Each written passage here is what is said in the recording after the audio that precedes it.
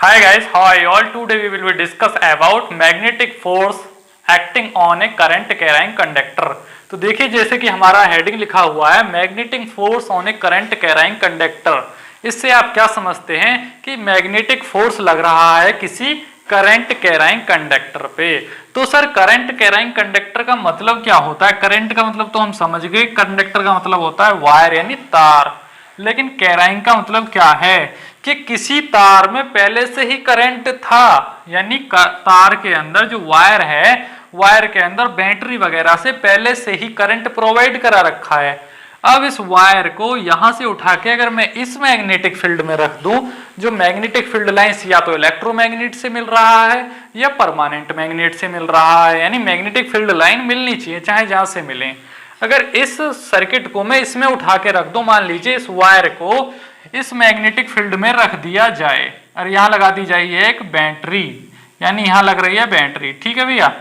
तो क्या फोर्स लगेगा इस कंडक्टर पे मैग्नेटिक फील्ड की वजह से, यानी करंट तो पहले से ही है इस कंडक्टर में, अब इस पर फोर्स कितना लगने वाला है वही आज स्टडी करेंगे। फिगर दिख रहा है जिसमें आपको फिगर में दर्शाया जा रहा है कि एक बार मैग्नेट है, बार मैग्नेट के अंदर एक वायर जा रहा है, वायर में बैटरी लगी हुई है। तो ये यही दर्शाना चाह रहा है करंट कैरिंग कंडक्टर पर मैग्नेटिक फील्ड का क्या इफेक्ट आता है। तो वही आज हम स्टडी करेंगे। तो यहां से डेफिनेशन लिखते हैं। इसमें क्या लिखा है इस डेफिनेशन में कि अगर किसी कंडक्टर को मैग्नेटिक फील्ड में रखा जाता है, व्हेन अ कंडक्टर यानी current carrying conductor placed in magnetic field, then क्या होता है, कंडक्टर एक्सपीरियंस यानी महसूस करता है कुछ फोर्स, सम मैग्नेटिक फोर्स। अब वो मैंने आपको फिगर में दिखा रखा है स्क्रीन पे कि कैसे रखना है। अब मैं प्रैक्टिकली तो नहीं दिखा पाऊंगा, लेकिन फिगर में आपको दिखा दिया है कि कैसे रखा जा सकता है। सर प्रैक्टिकली कैसे करें? 4 कंडक्टर खींचे हुए हैं इस तरीके से, तो प्रत्येक के चारों तरफ क्या बनता है, मैग्नेटिक फील्ड बनता है। हमने आपको बताए थे अगर किसी वायर के अंदर करंट फ्लो होता है तो उस वायर के अंदर वो क्या कर देता है, मैग्नेटिक फील्ड सेटअप कर देता है। तो इसमें भी मैग्नेटिक फील्ड बनेगा, इसमें भी बनेगा, इसमें भी बनेगा, और सर एक ही जगह बनेगा क्या? नहीं, जहां तक इसकी लेंथ है वहां तक बनेगा। तो इसकी वजह से जो लॉस होगा उसी को हम, उस फोर्स को आज स्टडी करने वाले हैं, यानी मैग्नीट्यूड ऑफ फोर्स, यानी जो फोर्स लगेगा उसकी संख्या कैसी होगी। मैग्नीट्यूड बोले तो संख्या, 2 न्यूटन होगी, 4 न्यूटन होगी, 4 वेबर पर मीटर स्क्वायर होगी, क्या होगी।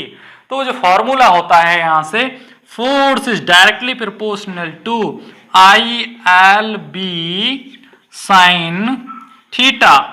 ये फॉर्मूला सर क्या बता रहा है, इसने तो सर घुमा दिया। I क्या है, जो करंट फ्लो हो रहा है उस सर्किट में, यानी बैटरी के द्वारा, आई तो हो गया। सर बी क्या है, ये बी है भैया मैग्नेटिक फ्लक्स डेंसिटी, जो कहां से मिल रही है, चुंबक दे रही है, यानी मैग्नेट दे रही है, मैग्नेट दिख रही है ना फिगर में लगी हुई, उस मैग्नेट से मिल रही है। सर लेंथ क्या है, लेंथ है कंडक्टर की लंबाई, यानी ये जो कंडक्टर है इस तरीके से जितनी इसकी लेंथ है वही लेंथ होगी। और सर ये साइन थीटा क्या दर्शा रहा है, ये साइन थीटा दर्शाएगा फोर्स की डायरेक्शन को। अच्छा, इसलिए इसका फॉर्मूला बन जाता है force is directly proportional to ILB sine theta. मान लीजिए कहीं भी कंडक्टर मैग्नेटिक फील्ड में रखा जाता है, वहां हर जगह यही फॉर्मूला अप्लाई होगा, ILB sine theta. Sir conductor ना रख के हम चार्ज रख देंगे, तब कौन सा फॉर्मूला लगेगा, तब लगेगा QVB साइन थीटा। तो वो आगे पढ़ाया जाएगा, फिलहाल के लिए आप कंडक्टर वाला केस याद रखिए, ठीक। तो सर जैसे मैग्नेटिक फील्ड वाले चैप्टर में आप बताए थे कि अगर मैग्नेटिक फील्ड लाइंस 90 डिग्री पर हैं तो मैक्सिमम होती हैं, 0 डिग्री पर है तो मिनिमम होती हैं, वो भी केस आएगा क्या यहाँ? हाँ बिल्कुल आएगा। तो वो कैसे डिटरमाइंड करें हम, उसी को डिटरमाइंड करने के लिए था। तो अब यहां से देखिए आप कि मैंने आपको बताया कि अगर इस कंडक्टर को मैग्नेटिक फील्ड के 90 डिग्री पे रखा जाए, यानी कि नॉर्मली या टेंजेंशियली या परपेंडिकुलरली रखा जाए, मैग्नेटिक फील्ड से परपेंडिकुलरली रखा जाए, ऐसे ही तो चलती हैं मैग्नेटिक फील्ड लाइंस और इलेक्ट्रिक फील्ड लाइन, यानी 90 डिग्री पे कार्य करती हैं। परपेंडिकुलरली का मतलब क्या होता है सर, साइन 90। साइन 90 का मतलब क्या है, अगर फील्ड ऐसे है तो वायर को ऐसे रख दो, यानी इनके बीच में 90 डिग्री का कोण बनना चाहिए ही चाहिए, ठीक। तो सर साइन 90 की वैल्यू 1 होती है। अगर यहां साइन 90 जो आता है, साइन 90 आएगा ना यहाँ साइन थीटा की जगह पे, तो है ना, तो वही तो दर्शा रहा है, यानी डायरेक्शन ऑफ मैग्नेटिक फोर्स की डायरेक्शन को साइन 90 दर्शा रहा है। तो साइन 90 की जगह पे अगर सर 1 रख देंगे, यहाँ ILB की मल्टीप्लाई में 1 रख देंगे, तो 1 का तो कुछ फर्क पड़ता नहीं है, इसलिए ILB बचेगा। तो when theta बराबर 90 degree, then force is maximum. यानी वायर पर फोर्स कैसी होगी, जब थीटा की वैल्यू 90 डिग्री होगी तो वायर पर जो फोर्स होगी वो मैक्सिमम होगी। यहां से हमें यह पता चला, अगर किसी मैग्नेटिक फील्ड में करंट कैराई कंडक्टर को प्लेस्ड किया जाता है तो उस पर जो फोर्स लगेगा कैसा लगेगा, ILB साइन थीटा, और थीटा की वैल्यू हो जाएगी 1, साइन 90 की वैल्यू 1 होती है, इसलिए फोर्स होगा मैक्सिमम। तो पहले केस में जो कंडक्टर था मैग्नेटिक फील्ड के परपेंडिकुलरली लगा रखा था, यानी 90 डिग्री पर रखा था। इस केस में क्या है, जो कंडक्टर है वो मैग्नेटिक फील्ड के 0 डिग्री पर रखा है। 0 डिग्री बोले तो सर जहां कोई एंगल नहीं होता उसको पैरेलल बोल देते हैं, पैरेलल बोल देते हैं। तो सर यहां जो फोर्स होगा, फोर्स का फॉर्मूला होता है, फोर्स का फॉर्मूला क्या होता है, force is directly proportional to ILB sine theta. तो सर साइन थीटा यहाँ 0 डिग्री है, तो साइन 0 की वैल्यू तो 0 ही होती है, साइन 0 की वैल्यू 0 होती है। अगर मैं फोर्स के फॉर्मूले में रखूंगा ILB इंटू 0, तो सर फोर्स तो क्या हो जाएगी, यहाँ 0 हो जाएगी। तो इसका मतलब अगर किसी कंडक्टर को मैग्नेटिक फील्ड में पैरेलली रखा जाता है तो उस पर क्या हो जाती है, फोर्स मिनिमम यानी 0। यानी फोर्स कैसी हो जाएगी, फोर्स इज 0, और 0 को क्या बोल सकते हैं, मिनिमम। तो यहां से आपको समझ में आ गया, ये तो आपको फर्स्ट लेक्चर में ही समझ में आ गया था, लेकिन ये कुछ केस होते हैं जिन्हें समझने के लिए प्रैक्टिकल दिखाए जाते हैं फिजिक्स के अंदर, समझे बात। तो यहां से एग्जाम में क्वेश्चन पूछा जाता है, क्वेश्चन पूछा जाता है, फिगर देख लीजिए, इस तरीके से एग्जाम में क्वेश्चन आता है। तो यहां से इसको नोट डाउन करिए और रफ करते हैं, फिर आगे बढ़ते हैं। सर आपने जो बताया कि जो मैग्नेटिक फील्ड है, करंट है, उन सब का पता कैसे लगाते हैं कि ये 90 डिग्री पर रखा है या 0 डिग्री पर रखा है, तो उन्हीं सब का पता लगाने के लिए वैज्ञानिकों ने एक रूल तैयार किया जिसका नाम था राइट हैंड पाम रूल। अरे सर हम तो पहले भी राइट हैंड रूल को स्टडी कर चुके हैं, वो वाला इस तरीके से जो घुमा के दिखाए थे, भैया ये वो वाला राइट हैंड रूल नहीं, ये पाम रूल है। पाम रूल कैसे, आप व्हाइट बोर्ड पर फिगर में देख सकते हैं, फिगर दिख रही होगी आपको, यानी हथेली का नियम है, राइट हैंड की हथेली, इसको लिख दो हथेली का नियम, यानी राइट हैंड के हथेली का नियम।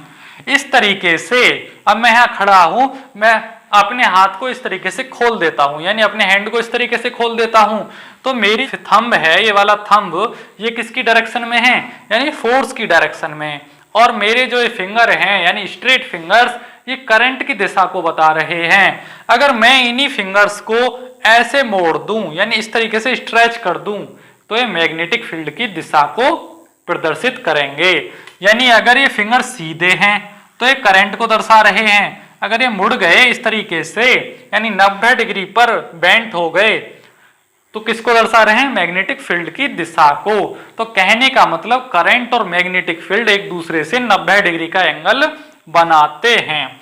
और सर जो फोर्स होता है, फोर्स तो ऊपर की तरफ था ना, इस तरीके से भैया हैंड है, तो हैंड के ये वाली तो करंट को दर्शा रहे हैं, और ऐसे कर लो तो मैग्नेटिक फील्ड को दर्शाया जा रहा है, और सर ये तो फोर्स को दर्शा रहा है ना, यानी ये फोर्स को दर्शा रहा है, ये करंट को दर्शा रहा है, और ये मैग्नेटिक फील्ड को दर्शा रहा है। यानी इस तरीके से राइट हैंड पाम रूल का यूज होता है। तो सर इसको करा के दिखाइए ना। इन पर जो फिगर दिख रही है, आप स्क्रीन पर फिगर देखिए, इसमें क्या है, करंट की डायरेक्शन क्या है। अब यहां देखिए करंट की डायरेक्शन है ऐसे, यानी बैटरी का जो करंट आ रहा है वायर के अंदर, यानी ये करंट की डायरेक्शन ऐसे है। तो सीधा सीधा सर जब करंट की डायरेक्शन ये है आउटवर्ड द सरफेस, यानी डॉट से प्रदर्शित कर सकते हैं, तो सर फिंगर ये जो थंब होगा, थंब किसी की डायरेक्शन में होगा, फोर्स की डायरेक्शन में। तो फील्ड किसकी दिशा में होगा सर, तो आपको बार मैग्नेट दिख रही है, बार मैग्नेट में नॉर्थ से साउथ की तरफ चलता है, सीधे सीधे ये फिंगर इस तरीके की तरफ बेंट हो जाएंगी, यानी कि करंट तो सीधा आ रहा है, मैग्नेटिक फील्ड ऐसे आ रहा है और फोर्स ऊपर की तरफ होगा। तो फोर्स इस फिगर में क्या है, वर्टिकली अपवर्ड। फोर्स क्या है, वर्टिकली अपवर्ड। तो इस तरीके से राइट हैंड का यूज होता है, राइट हैंड पाम रूल का यूज करके एग्जाम में क्वेश्चन सॉल्व किए जाते हैं। समझे बात। अब याद रखना राइट हैंड पाम रूल अलग है और राइट हैंड का नियम अलग है। राइट हैंड का नियम ये था और पाम रूल मतलब हथेली वाला सिस्टम है, इसमें मुड़ने वाला, यानी फिंगर क्या हो रही है, बेंट हो रही है। यानी कि डायरेक्शन ऑफ फोर्स का पता करने के लिए कौन सा रूल यूज होता है, राइट हैंड पाम रूल। जबकि राइट हैंड रूल तो मैग्नेटिक फील्ड लाइंस का पता करने के लिए यूज होता था किसी भी सर्किट में। समझे बात। तो इस डेफिनेशन में क्या दिख रहा है आपको, सबसे पहले हमने लिखवाया कि डायरेक्शन ऑफ फोर्स का पता करने के लिए हम राइट हैंड पाम रूल का यूज करते हैं। यानी कि जब भी हम डायरेक्शन ऑफ फोर्स का पता करेंगे, यानी फोर्स की डायरेक्शन का, कौन सी फोर्स, मैग्नेटिक फोर्स की डायरेक्शन का पता करने के लिए तो राइट हैंड पाम रूल लगाएंगे। तो सर राइट हैंड रूल कहां लगता था, वो भैया मैग्नेटिक फील्ड लाइन की डायरेक्शन का पता करने के लिए लगता था किसी कंडक्टर पे। लेकिन ये डायरेक्शन ऑफ फोर्स को बता रहा है, यानी मैग्नेटिक फील्ड लाइन का जो फोर्स है उसको बता रहा है। लेकिन ये रूल लगता कैसे है सर, उसका ट्रिक ये है, orient your right hand then put your straight fingers in direction of current. बोल रहा है कि अपने हाथ को खोलिए, यानी सीधे हाथ को खोलिए और अपनी जो फिंगर हैं उनको स्ट्रेट रखिए करंट की दिशा में। Then bent your fingers in direction of magnetic field. उसके बाद क्या लिख रहा है, उसके बाद लिख रहा है thumb will be automatically in the direction of force. यानी अगर दो चीज आप कर लेते हैं, पहला स्ट्रेट फिंगर्स को करंट की दिशा में रखिए, उसके बाद बेंट फिंगर्स को मैग्नेटिक फील्ड लाइन की दिशा में रखिए, तो आपका जो थंब है वो ऑटोमेटिकली ही फोर्स को प्रदर्शित करने लग जाएगा। कैसे, जैसे इसमें करंट आ रहा था इस फिगर में, तो हमने क्या है अपनी फिंगर्स को ऐसे कर दिया, भैया ऐसे करंट आ रहा है, उसके बाद अपनी फिंगर्स को बेंट किया मैग्नेटिक फील्ड लाइन की दिशा में। जरूरी नहीं है ऐसे होगा, ऐसे की बजाय अगर इस दिशा में है मैग्नेटिक फील्ड लाइन तो ऐसे कर दो, यानी ऐसे कर दो इस तरीके से। यानी जैसे मांग रहा है कोई भी सर्किट, ऐसे है तो ऐसे करो। करंट क्या है, करंट अंदर की तरफ है, करंट अंदर की तरफ है तो मैग्नेटिक फील्ड लाइन ऑटोमेटिकली इस तरफ होंगी, तो फोर्स ऊपर होगा। समझे बात। ऐसे होते हैं सर्किट्स को सॉल्व करने के तरीके। यानी करंट और मैग्नेटिक फील्ड हमेशा 90 डिग्री का कोण बनाते हैं, वो हम आपको बता चुके हैं। अगर इस वायर के अंदर करंट जा रहा है तो इस तरीके से मैग्नेटिक फील्ड लाइन बनाता है, यानी 90 डिग्री का कोण बनता है फील्ड और करंट के बीच। वो आपको फील्ड लाइंस में पहले ही पढ़ा चुके हैं। ठीक है, पहला पॉइंट। वैसे ही राइट हैंड पाम रूल में बन रहा है, यानी अगर ऐसे करंट है तो मैग्नेटिक फील्ड लाइंस कैसे होंगी, ऐसे, यानी 90 डिग्री का कोण बन रहा है, यानी यहां से और ऐसे 90 डिग्री बन रहा है ना। तो सर ये जो फोर्स है, फोर्स आपकी जिस तरीके से आप पाम रूल का यूज करते हैं, तो फोर्स जो है वर्टिकल अपवर्ड भी हो सकती है, यानी ऊपर की तरफ, वर्टिकल डाउनवर्ड भी हो सकती है नीचे की तरफ, और भैया हॉरिजॉन्टल भी हो सकती है। इस तरीके से फोर्स जैसे रूल लगेगा वैसे ही होगी। ठीक है, वो आप खुद लगा के देखिए पाम रूल को, तब आप सीख जाएंगे। इसके बाद क्या आता है, अगर किसी चार्ज को मैग्नेटिक फील्ड में रख दिया जाए तो उस पर फोर्स क्या होगी। हेडिंग दिख रही है, force on a moving charge, यानी moving charge in uniform magnetic field. अगर किसी मूविंग चार्ज को, यानी चलते हुए चार्ज को किस में रख दिया जाए, मैग्नेटिक फील्ड में रख दिया जाए। मान लीजिए ये मैग्नेटिक फील्ड है इस तरीके से, अगर इसमें मैं किसी पॉइंट चार्ज को रख दूं, कहीं भी रख दूं, तो उस पर फोर्स कैसा होगा, तो उसी को आज हम स्टडी करने वाले हैं। ये लिख दो फोर्स का फॉर्मूला। सर फोर्स का फॉर्मूला क्या होगा, यहां से Q V B sine theta. Sir sine theta क्या है? साइन थीटा दर्शाएगा एंगल को, यानी फोर्स और मैग्नेटिक फील्ड के बीच, यानी मैग्नेटिक कैसा एंगल है। बी क्या है? मैग्नेटिक फ्लक्स डेंसिटी जो मैग्नेटिक फील्ड की वजह से है। वी क्या है? वेलोसिटी ऑफ, कितनी गति से भाग रहा है मैग्नेटिक फील्ड के अंदर, वो वेलोसिटी। और क्यू क्या है? क्यू तो भैया चार्ज को ही बोलते हैं। मान लीजिए ये जो चार्ज है वो मैग्नेटिक फील्ड में थीटा डिग्री पर रखा है, थीटा बोले तो 90 डिग्री पर रखा है, 90 डिग्री पर रखा है। तो 90 डिग्री पर क्या होगा? Force will be maximum. Force कैसा होगा? मैक्सिमम। यानी चार्ज अगर मैग्नेटिक फील्ड में रखा जाता है 90 डिग्री पर, तो उस पर फोर्स कैसा होगा? मैक्सिमम होगा। यानी साइन 90 की वैल्यू 1 होता है और उसको बोलते हैं मैक्सिमम। अगर कोई थीटा 0 डिग्री पर रखा जाता है, यानी कि पैरेलली रखा जाता है, पैरेलल रखा जाता है किसी मैग्नेटिक फील्ड में, उस पर फोर्स कैसा होगा? साइन 0 की वैल्यू तो 0 ही होती है, तो उस पर कैसा होगा? Force will be minimum. Force will be minimum, minimum at 0 degree. अगर थीटा की वैल्यू 0 डिग्री है किसी भी मैग्नेटिक फील्ड में, यानी पैरेलली है मैग्नेटिक फील्ड के, तो उस पर क्या होगा? फोर्स मिनिमम होगा। और परपेंडिकुलरली है यानी 90 डिग्री है, तो फोर्स कैसा होगा? मैक्सिमम होगा। ये याद रखिए आप।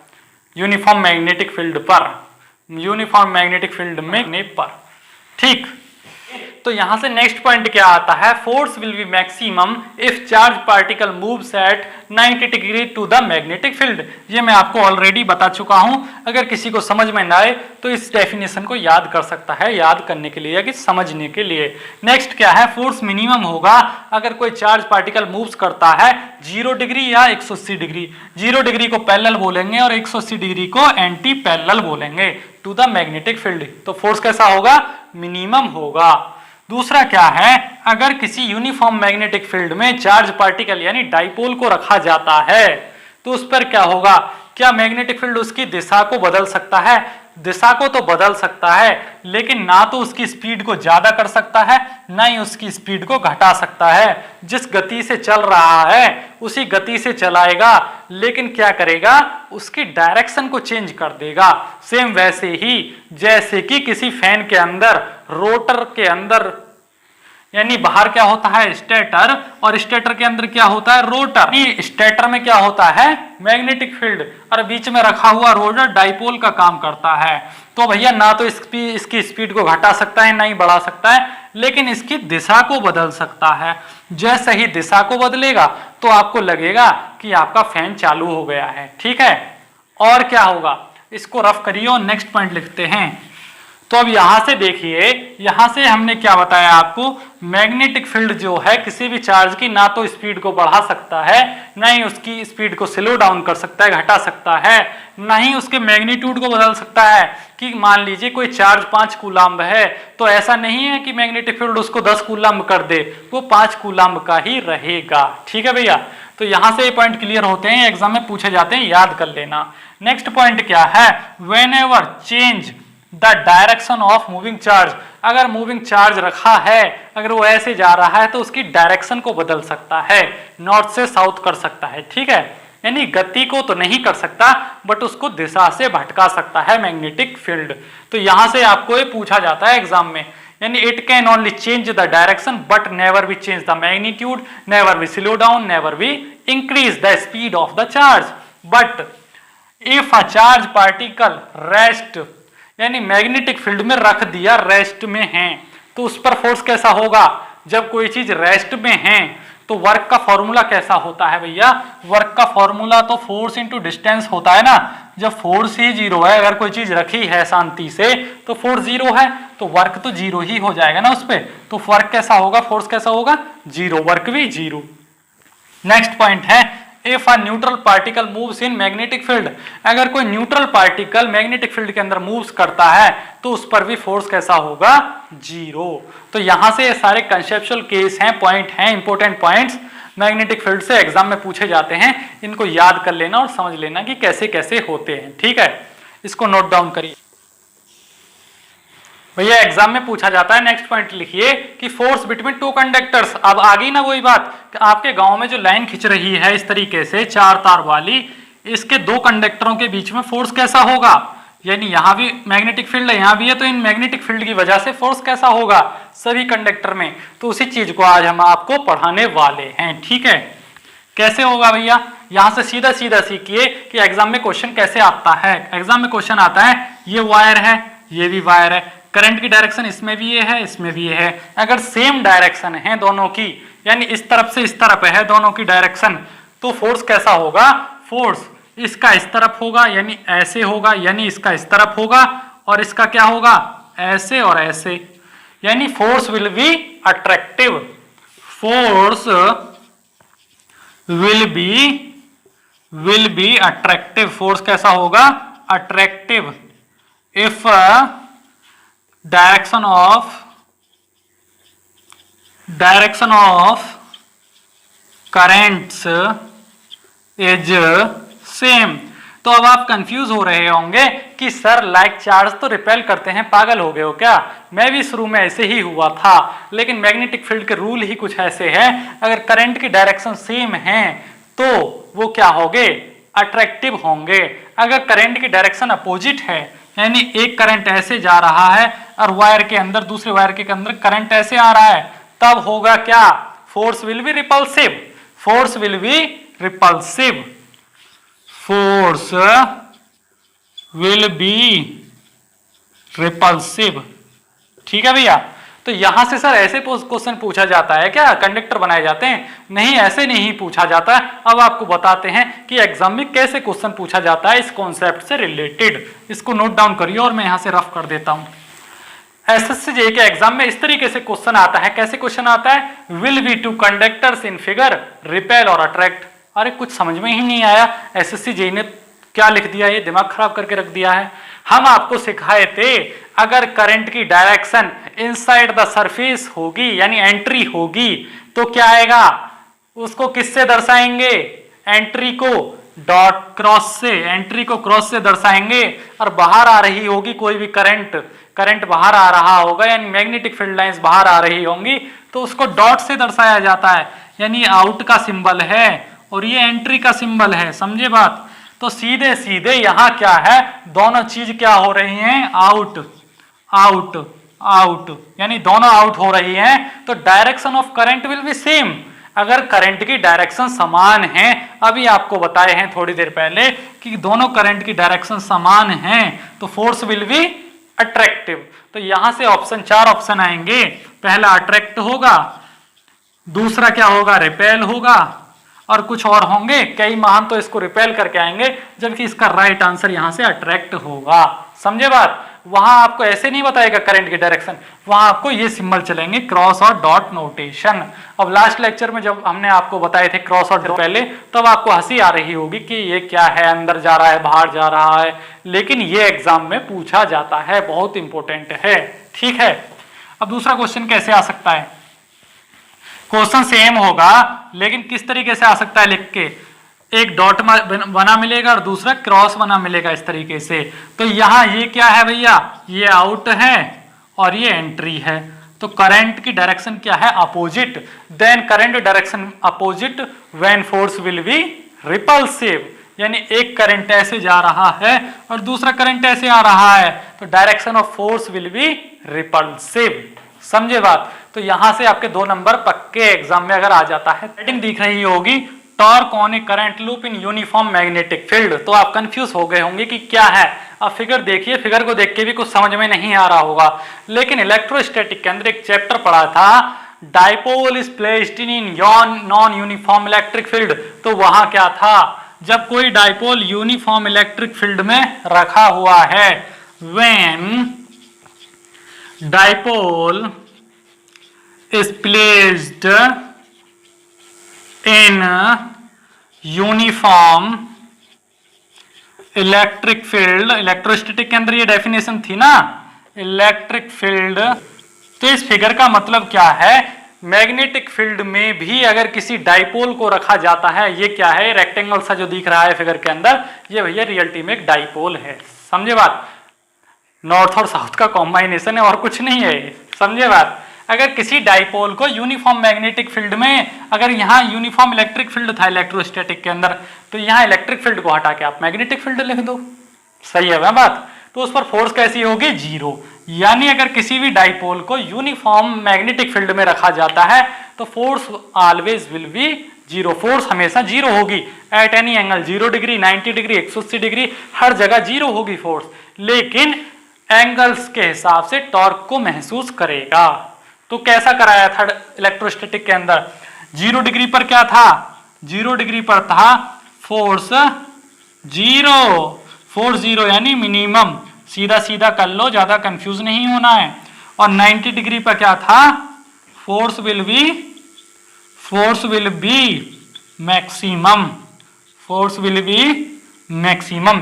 यानी 90 डिग्री पर है जब कोई डाइपोल, यानी ये रेक्टेंगुलर कॉइल जो दिख रही है, अगर ये मैग्नेटिक फील्ड के 90 डिग्री पर है तो वहां फोर्स मैक्सिमम होगा।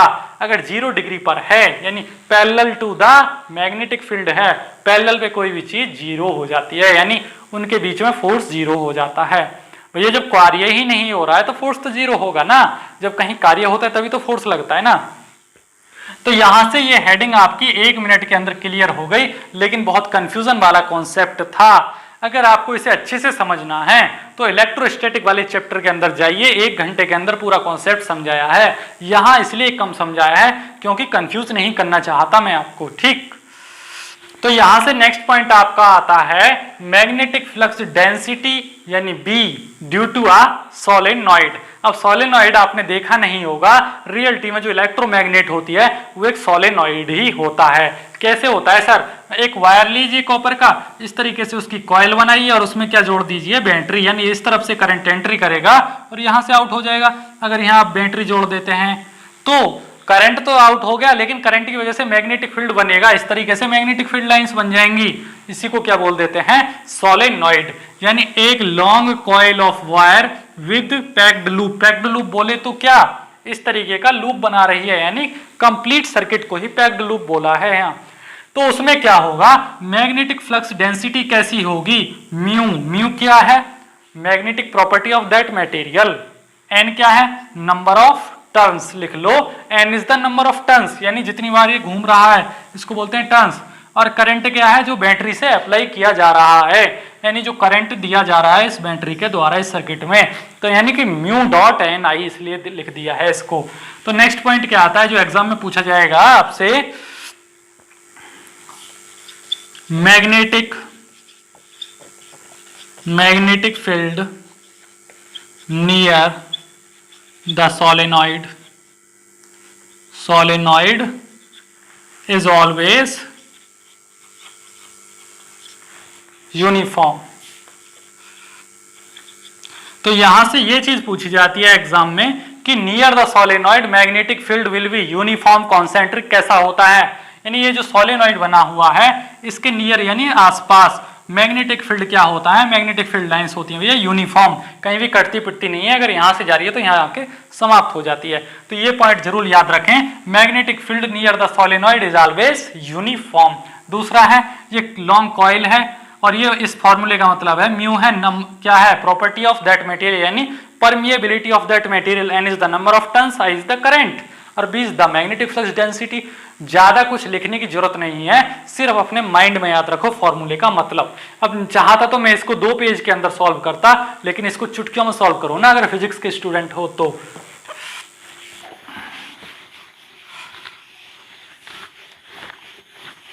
आता है magnetic flux density to do a toroid. Sir ये सोलेनॉइड और टॉरॉइड अलग होते हैं क्या, बिल्कुल। अगर कोई कॉइल लंबी है इस तरीके से स्ट्रेट है तो उसको बोलते हैं सोलेनॉइड। अगर उसी गोल कॉइल को इस तरीके से माला की तरह बना दूं, यानी कॉइल को अपने गले में डाल लूं माला की तरह, यानी इस तरीके से गोल गोल गोल गोल गोल गोल माला की तरह बना के यहां बैटरी लगा दूं, तो उसको बोलते हैं भैया टॉरॉइड। टॉरॉइड क्या है, एक एंडलेस सोलेनॉइड है, यानी इसके दोनों एंड यानी दोनों सिरे एक दूसरे से कनेक्ट रहते हैं और इसी को रिंग भी बोल सकते हैं। तो सर इसकी वजह से जो मैग्नेटिक फ्लक्स डेंसिटी होगी वो कैसी होगी, B बराबर mu dot number of turns into current. Sir same होती है क्या टॉरॉइड और सोलेनॉइड की बिल्कुल सेम होता है फॉर्मूला, यानी मैग्नेटिक फ्लक्स डेंसिटी समान ही होती है दोनों में, ठीक है। इनमें एक डिफरेंस आता है जो अब आपको मैं लिखवाने वाला हूं।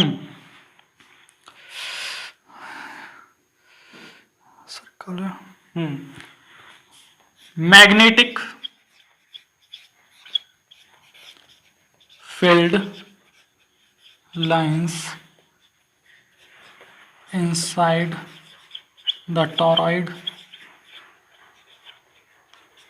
is circular but concentric at center। तो ये बहुत ज्यादा इंपॉर्टेंट पॉइंट है और ये कई बार एग्जाम में पूछा भी गया है, इसको जरूर याद कर लेना कि जो मैग्नेटिक फील्ड लाइन होती हैं inside the toroid is circular होती हैं, जबकि सेंटर में कॉन्सेंट्रिक होती हैं। कॉन्सेंट्रिक बोले तो इस तरीके से, इस तरीके से कैसे होती है सर, यानी ये जो कॉइल है इसके यहां तो क्या होंगी, यहां तो होंगी सर्कुलर, सर्कुलर बोले तो इस तरीके से, लेकिन यहां इसकी वजह से ऐसे, इसकी वजह से ऐसे, इसकी वजह से ऐसे, यहां क्या होंगी, कॉन्सेंट्रिक होंगी। तो भैया कॉन्सेंट्रिक होंगी तो inside the toroid magnetic field will be zero, यानी नेवर टू टेंजेंट, दो टेंजेंट बन सकते हैं क्या, तो inside the toroid magnetic field will be zero, यानी कॉन्सेंट्रिक सर्किल की तरह होती हैं, और यानी सेंटर में जीरो होंगी, कॉन्सेंट्रिक सर्किल की तरह होती हैं, और इनसाइड द सोलेनॉइड पूछे तो सर्कुलर लगाना है आपको ऑप्शन में। तो यहां से ये चैप्टर बिल्कुल समाप्त होता है, सारा कुछ क्लियर करके बता दिया इस चैप्टर के अंदर जो भी होता है। Thank you so much for watching this video.